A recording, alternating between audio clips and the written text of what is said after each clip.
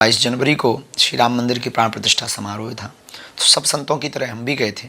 बड़े उत्साहित थे। 500 वर्षों की वो विजय यात्रा का दिवस था और साधुओं में उल्लास था। रामलला को देखने की एक ललक थी। यशस्वी माननीय प्रधानमंत्री जी के द्वारा वह पूजा समारोह को देखने की एक उत्सुकता थी। उस क्षण में जब पहली बार रामलला की मूर्ति आई तो नेत्र सजल थे। लाखों बार सब साधु, सभी बगल में बैठे हुए, हमारे बगल में पूज्य जगत गुरु जी, पूज्या दीदी माँ गीता मनीषी जी, पूज्य श्री मुरारी बापू और जिनके हम नाम नहीं, सब महापुरुष थे, बहुत महापुरुष थे। तो सब गदगद हृदय से उनको आशीर्वाद दे रहे थे।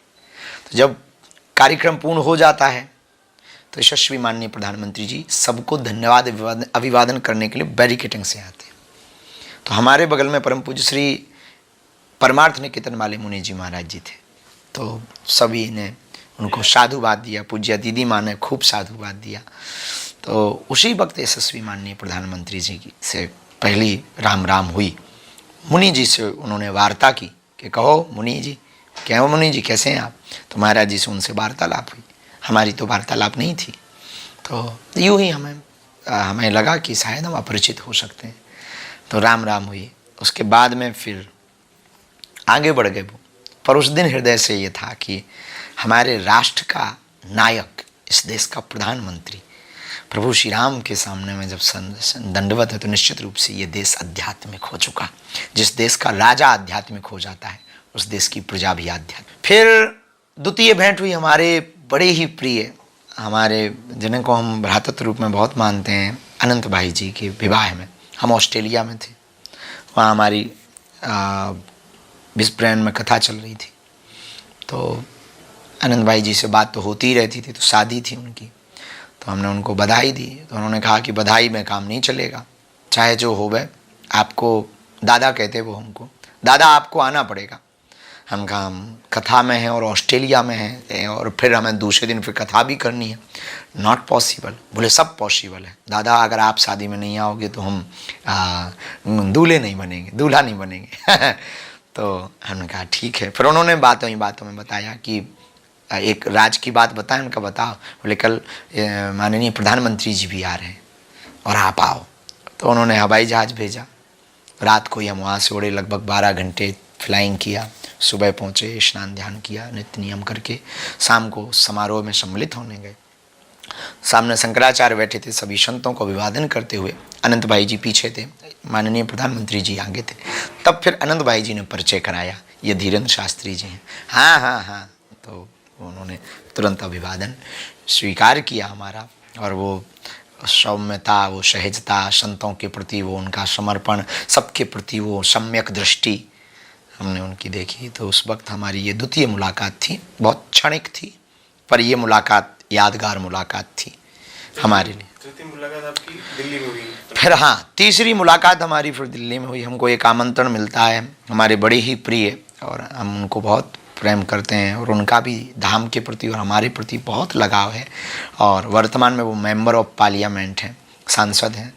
उत्तराखंड की भूमि, देवभूमि से आए हैं। बड़े समर्पण भाव के साथ में कार्य करते हैं, राजधानी में रह करके सबको जोड़ने का काम करते हैं। श्री अनिल बलूनी जी, तो उनके यहाँ इगास का कार्यक्रम था जो हर वर्ष करते हैं। तो उन्होंने कहा कि इस बार आपको आना है। हम कहा हम आ जाएंगे। तो बोले संतों में सब संत 2-4 महापुरुष आ रहे हैं, उनमें आपको भी आना है। तो हमने कहा ठीक है भैया। तो कहीं कथा से व्यस्तता थी हमारी, उस व्यस्तता के मध्य में ही हम समय निकाल कर वहाँ गए। उस वक्त फिर जो मुलाकात थी वो बड़ी गहरी थी। उसमें माननीय प्रधानमंत्री जी आते हैं। हाँ, आजकल आप बहुत इंटरव्यू दे रहे हो, हम देख रहे हैं, बहुत अच्छा है, बहुत अच्छा है। लगभग 2 मिनट तक हमारा हाथ पकड़े रहे और चर्चा होती रही। फिर बस हमने सहज बस कहा कि भगवान की कृपा है, जो भी सेवा हमसे देश के लिए बन पाती है, राष्ट्र के लिए बन पाती है, हम कर रहे हैं, भगवान करवा रहे हैं। तो बहुत खुश हुए, बहुत प्रसन्न हुए। फिर उन्होंने कहा बहुत अच्छा है, बहुत अच्छा है, बहुत अच्छा है। फिर आमंत्रण रखा तो एक माध्यम जुड़ा, उनके ही करीबी प्रिय थे, उनके द्वारा हमारा एक माध्यम जुड़ा। तो हमने अपनी बात रखी, अपनी बागेश्वर धाम पर हम एक अभी आस्था का केंद्र है, अब उसे आरोग्य का केंद्र बनाना चाहते हैं। अभी वहाँ कृपा मिलती है, अब वहाँ से हम चाहते हैं दवा भी मिले। अभी वहाँ श्रद्धा है, अब हम चाहते हैं वहाँ समर्पण भी हो गए, क्योंकि मंदिरों से ज़्यादा प्रार्थनाएं कहीं बेजोड़ तरीके से की जाती हैं तो अस्पतालों में की जाती हैं। कि जब कोई अपना ज़िंदगी और मौत के बीच में झूल रहा होता है तब सबसे ज़्यादा पुकारें की जाती हैं और प्रार्थनाएं की जाती हैं तो वो अस्पतालों में की जाती हैं। वो प्रार्थनाएं बड़ी स्पष्ट, बड़ी सच्ची होती हैं। तो मंदिरों में तो प्रार्थनाएं होती हैं, सच्ची स्पष्ट होती हैं, लेकिन अस्पतालों की प्रार्थनाएं तात्क्षणिक बड़ी गहरी होती हैं। तो हमने कहा कि हम एक कैंसर हॉस्पिटल, बुंदेलखंड क्षेत्र हमारा पिछड़ा है, लगभग 20 ज़िले हैं जिसमें 10-12 ज़िले यूपी के हैं, 7-8 ज़िले मध्य प्रदेश के हैं। और ये सबसे बड़ा उपहार और सबसे बड़ा सौगात और सबसे बड़ा वरदान साबित होगा भविष्य में अगर ये मेडिकल कॉलेज बनेगा। और देश में एक अनूठी परंपरा प्रारंभ होगी कि अभी तक अस्पतालों में मंदिर थे, अब मंदिर में अस्पताल होगा।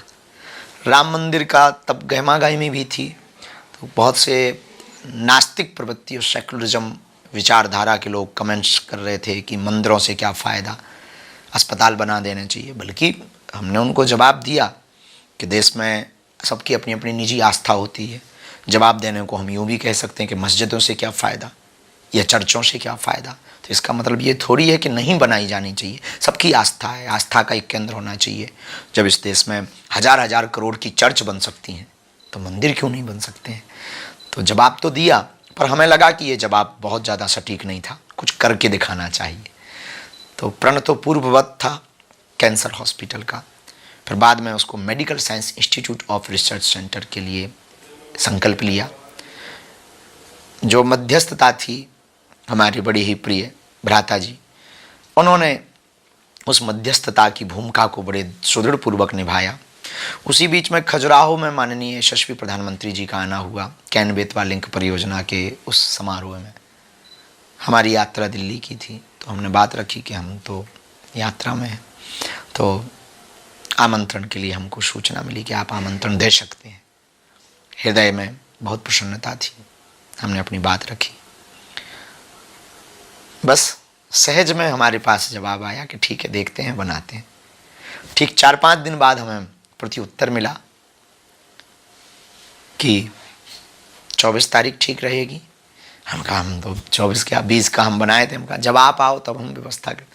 फिर खबर आई कि नहीं, दूसरे दिन 23 तारीख को 3 बजे का फाइनल है। तो हमें कुछ दिनों तक भरोसा नहीं हुआ। गांव के आदमी हैं, इतनी छोटी जगह, इतना छोटा गांव, हमारी कोई सामर्थ्यता नहीं, कोई बैकग्राउंड हमारा बड़ा नहीं, व्यवस्था हम जुटा नहीं पाएंगे। देश के प्रधानमंत्री तो ठीक है, वर्तमान में ये विश्व के सबसे लोकप्रिय नेता हैं। कौन ऐसा देश है जो इनका स्वागत नहीं करना चाहता? कौन ऐसा राष्ट्राध्यक्ष है जो इनके साथ खड़ा होकर के फोटो नहीं खिंचाना चाहता? कौन ऐसा कौन से देश का ऐसा प्रधानमंत्री है जो आपसे संवाद नहीं करता हो? और वो छोटे से गांव में, बुंदेलखंड में, अभी खजुराहो कुछ दिन होके गए हैं, फिर दोबारा में, वो भी गड़ा गांव में। बालाजी की कृपा है, सन्यासी बाबा की कृपा है। तो हमने बालाजी की कृपा को मानते हुए कुछ दिन तक तो सहमे रहे। एक दिन अधिकारी ही आ गए, कलेक्टर महोदय आए कि आपको कुछ खबर है? हम कहा हमें नहीं, आपको कुछ हो तो आप बताओ, हमें तो थी। उन्होंने कहा कि लगभग माननीय प्रधानमंत्री जी का आने का बन रहा है। तो हम कहा ये तो बहुत सौभाग्य की बात है। तैयारियों में जुटते हैं। युद्ध स्तर पर हम सब ने फिर 10-12 दिन में धाम की रंग रोगन किया, व्यवस्था की। छोटी सी जगह, कैसे हेलीपैड बनेंगे, तुरंत हेलीपैड बनाए गए, 3-3 हेलीपैड बने। तुरंत वहाँ की साफ़ सफाई रखवाई गई, साफ़ सफाई करवाई गई, बल्लियाँ लगवाई गई, बैरिकेटिंग लगवाए गए। अब मंदिर का काम अधूरा पड़ा है, चूँकि हॉस्पिटल हमें बनाना है, तो मंदिर का काम तो रोक दिया, अभी अधूरा पड़ा है। तो फिर तुरंत में थर्माकोल का एक व्यवस्था बनाई। बालाजी का मंदिर तो है, पर बाहर व्यवस्था बहुत छोटी है। हमने कहा कि प्रधानमंत्री जी आएंगे तो कहेंगे कहाँ छोटे से कमरे में बालाजी बैठे हैं, नाम बड़ा है, दर्शन छोटे हैं। तो हमने कहा भाई कुछ बाहर स्ट्रक्चर खड़ा करो। बालाजी तो विराट हैं, उनकी शक्ति तो विराट है।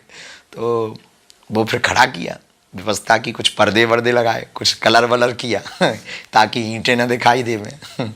फिर वो धीरे धीरे दिन समीप आया। वो 23 फरवरी का दिन था, जिस दिन बुंदेलखंड में दूसरी बार अपने विशाल हृदय को दिखाते हुए, अपनी सौम्यता को दिखाते हुए, राष्ट्र के प्रति सजगता को दिखाते हुए, भारत को विकसित करने के लिए अपने समर्पण को दिखाते हुए और बुंदेलखंड के लोगों के प्रति अपना प्रेम उमेड़ते हुए, लुटाते हुए, उस छोटे से गांव में जहां बालाजी बैठे हैं, जहां लाखों लोगों की बिगड़ी बनी, जहां सबकी श्रद्धा है, उस श्रद्धा के केंद्र में, उस आस्था के केंद्र में, उस संतों की भूमि में, वो सन्यासी बाबा की तपोभूमि में 23 फरवरी को दोपहर में के मध्य में यशस्वी माननीय प्रधानमंत्री जी का हेलीकॉप्टर उतरा। हम तो भाव विभोर थे। और जब मंदिर पे पहुंचने के पहले द्वार पर, चूँकि अधिकारी दो तीन दिन पहले ही आ गए थे, एसपी जी के लोगों ने हमें समझा रखा था कैसे खड़े होना है, कैसे आपको चलना है। तो हम एक एक चीज़ बहुत अपनी तरफ से कोशिश कर रहे थे कि कोई भूल ना होवे, कोई चूक ना होवे, तो कैसे खड़े होना है, कैसे चलना है, वो प्रोटोकॉल, सिक्योरिटी व्यवस्था, ताकि यशस्वी माननीय प्रधानमंत्री जी को कोई असुविधा ना होवे, क्योंकि वो इस देश की धरोहर हैं, वो युग पुरुष हैं, वो इस देश को विकसित राष्ट्रों में खड़ा करने के लिए आए हैं। और हमें तो यूँ कहें कि ऐसा प्रधानमंत्री होना, बहुत प्रधानमंत्री हुए और बहुत होंगे, पर ऐसा प्रधानमंत्री इस देश को मिलना, इसलिए नहीं कि वो बागेश्वर धाम गए, इसलिए कि वो ऐसे हैं, ऐसा प्रधानमंत्री होना कठिन है। ऐसे विशाल हृदय, इतना अद्भुत विजन, इतना अद्भुत मिशन, इतनी अद्भुत विचारधारा, और विश्वामित्र के भारत को विश्वमित्र की भूमिका पर पहुंचा दिया। अब वो दिन दूर नहीं है, अगर ऐसे प्रधानमंत्री के हाथ में इस देश की बागडोर रहेगी तो भारत विश्व गुरु की यात्रा कर पाएगा, इसमें किंचित मात्र संदेह नहीं।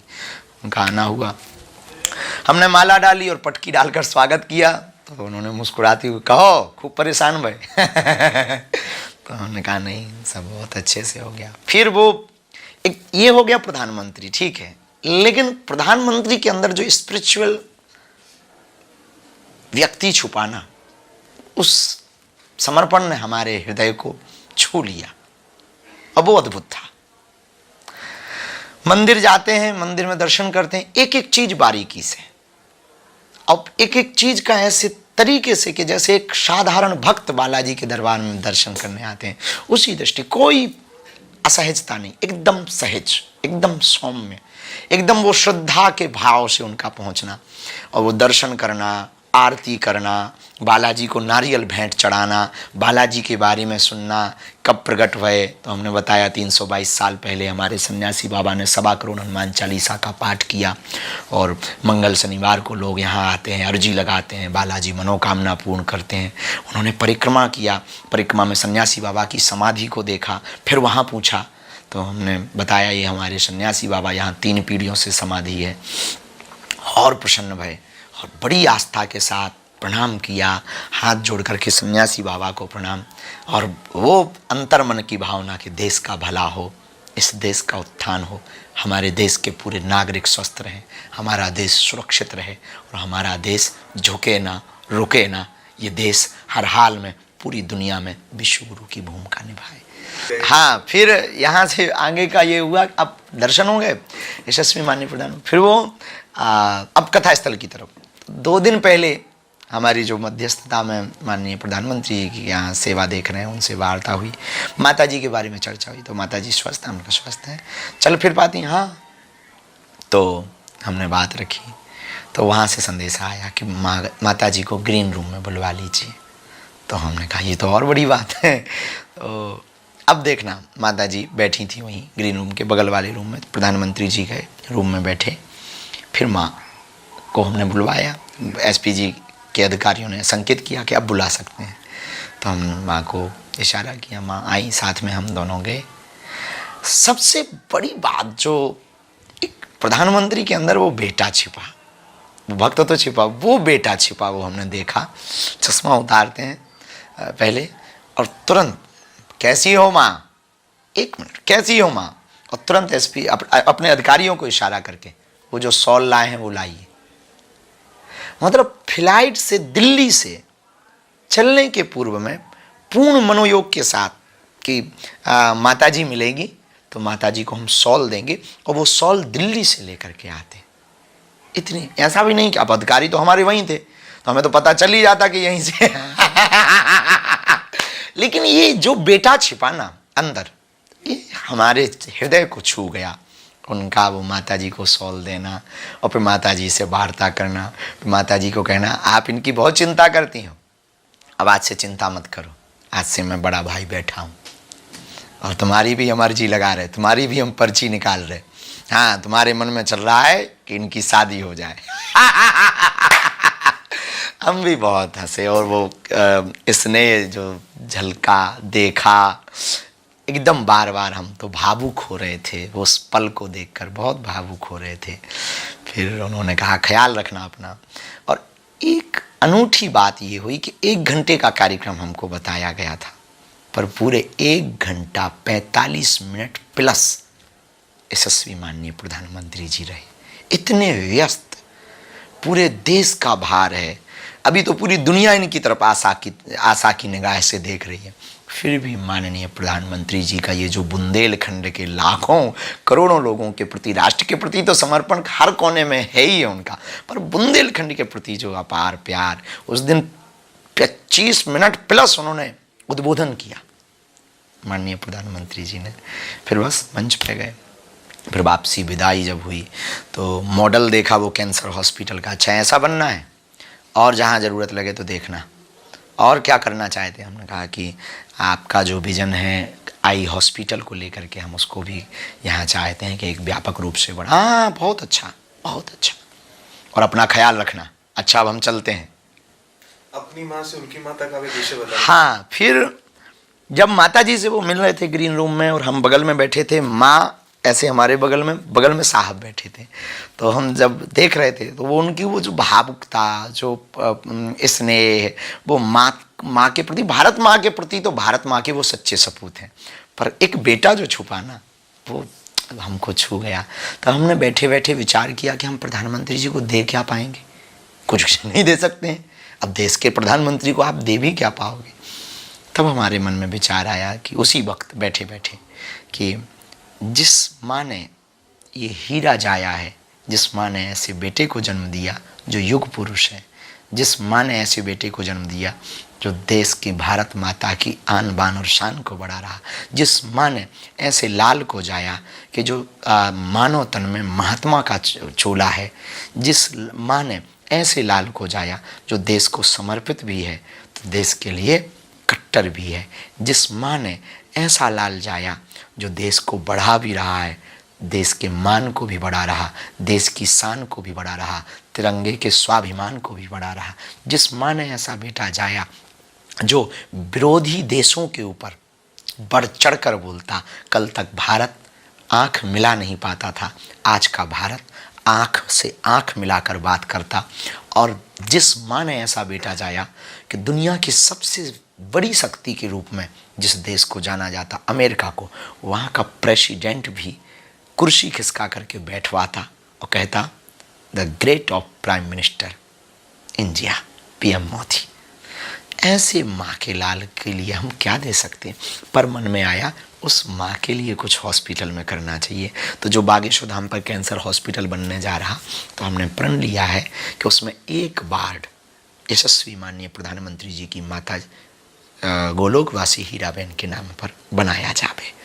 और उससे जब उद्घाटन में, चूँकि उन्होंने मंच पर वचन दिया है प्रधानमंत्री जी ने, और पहली बार उन्होंने कमिटमेंट वचन मंच पर किया है कि हम आपकी शादी में भी आएंगे और उद्घाटन में भी आएंगे, तो हमने विचार किया कि जिस दिन वो आएंगे उस वार्ड का शुभारंभ यशस्वी माननीय प्रधानमंत्री जी के, और फिर अभी हमने विचार किया है कि पूरे बुंदेलखंड के महापुरुषों के नाम पर वार्ड, पर माननीय प्रधानमंत्री जी की माता जी के नाम पर एक वार्ड रखेंगे। वो सदियों तक चलेगा, जब मेडिकल कॉलेज होगा तो सदियों तक चलेगा। लाखों मरीजों को वहाँ से जीवन मिलेगा और जीवन जीने के साथ साथ प्रेरणा भी मिलेगी कि एक ऐसा देश में प्रधानमंत्री है कि छोटे से गाँव में भी बड़े मिशन और विजन को पूरा करने के लिए समय लेकर पहुँच जाता है। मंच का एक संस्मरण ये है कि हमको उद्बोधन के लिए संचालक महोदय ने बुलाया। हमारे एक बहुत प्रिय संचालक हैं अंकुर यादव जी, तो वो एंकरिंग कर रहे थे, तो एंकर थे वो, उन्होंने बुलाया कि अब हम बागेश्वर वाले महाराज जी को कहेंगे कि आप माननीय प्रधानमंत्री जी का बुंदेलखंड की तरफ से स्वागत करें। तो हम उठ करके हम पीछे की तरफ से जाने लगे, चूंकि अधिकारियों ने ऐसा हमको समझा रखा था। तो हमने कहा बात भी सही है, सामने संत भी बैठे थे, गुरुजी भी बैठे थे, पूज्य जगत गुरु रामभद्राचार्य जी भी थे, पूज्य दीदी माँ भी थी, परम पूज्य श्री बालक दास जी महाराज जी भी थे, और ये सब संत विराजमान थे, तो उचित भी नहीं लगता। तो हम पीछे से जाएंगे। तो उन्होंने इशारा किया आगे से।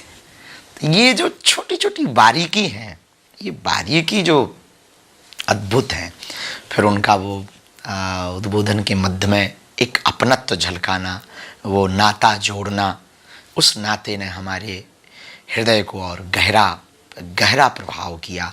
फिर वो बाहें पकड़ करके चलना हमारे लिए तो सबसे बड़ी बात थी कि हमारी जो सामर्थ्यता है वो निजी सामर्थ्यता तो सरपंच के साथ भी बैठने लायक नहीं, प्रदेश के यशस्वी माननीय प्रधानमंत्री जी विशाल हृदय को तो वो दिन वो पल हमारे लिए बहुत भावुकता के पल हैं।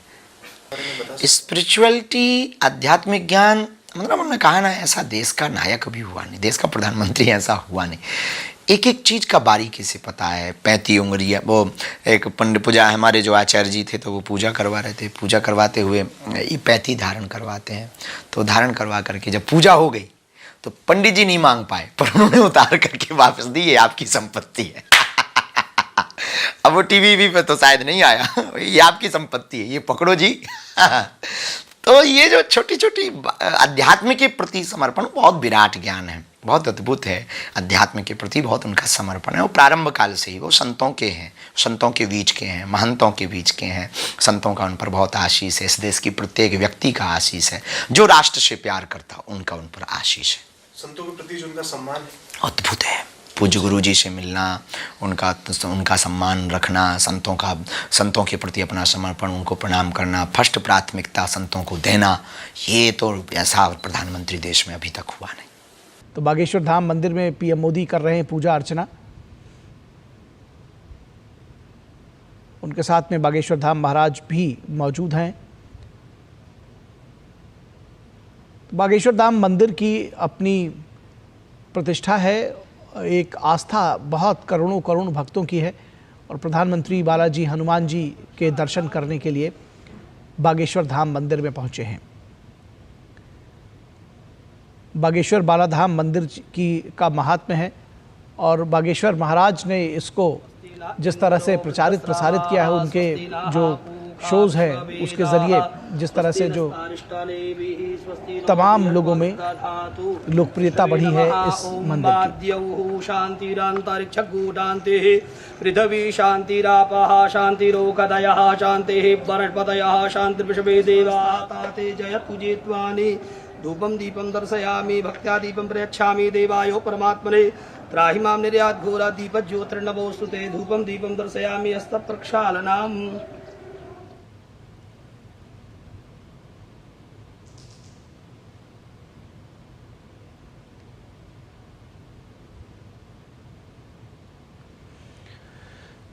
तो ये तस्वीरें आप देख रहे हैं बेहद महत्वपूर्ण। बागेश्वर बालाजी धाम के मंदिर में दर्शन करने के लिए पहुंचे हैं प्रधानमंत्री नरेंद्र मोदी। बागेश्वर धाम मंदिर में पूजा अर्चना कर रहे हैं प्रधानमंत्री नरेंद्र मोदी, और ये बेहद प्रसिद्ध मंदिर है बालाजी का मंदिर, जिसमें बागेश्वर धाम बालाजी मंदिर भी इसको कहा जाता है। और धीरेन्द्र कृष्ण जो इस मंदिर के यहाँ पीठाधीश्वर कहे जाते हैं, वो साथ मौजूद हैं। उन्हें बागेश्वर धाम का महाराज और बालाजी महाराज के नाम से जाना जाता है। तो ये बेहद सुप्रसिद्ध मंदिर है, और धीरेन्द्र शास्त्री जो बागेश्वर महाराज हैं, उन्होंने इसको और प्रसिद्धि दी है और ऊंचाइयों तक पहुंचाया है। जो उनकी सभाएं रहती हैं उसके ज़रिए। और बालाजी महाराज को चमत्कारिक महाराज माना जाता है। ऐसा कहा जाता है कि वहाँ पहुँचने पर जो तमाम मनोकामनाएं हैं वो पूर्ण होती हैं। और प्रधानमंत्री नरेंद्र मोदी इस वक्त बागेश्वर धाम बालाजी मंदिर में पहुंचकर पूजा अर्चना करते हुए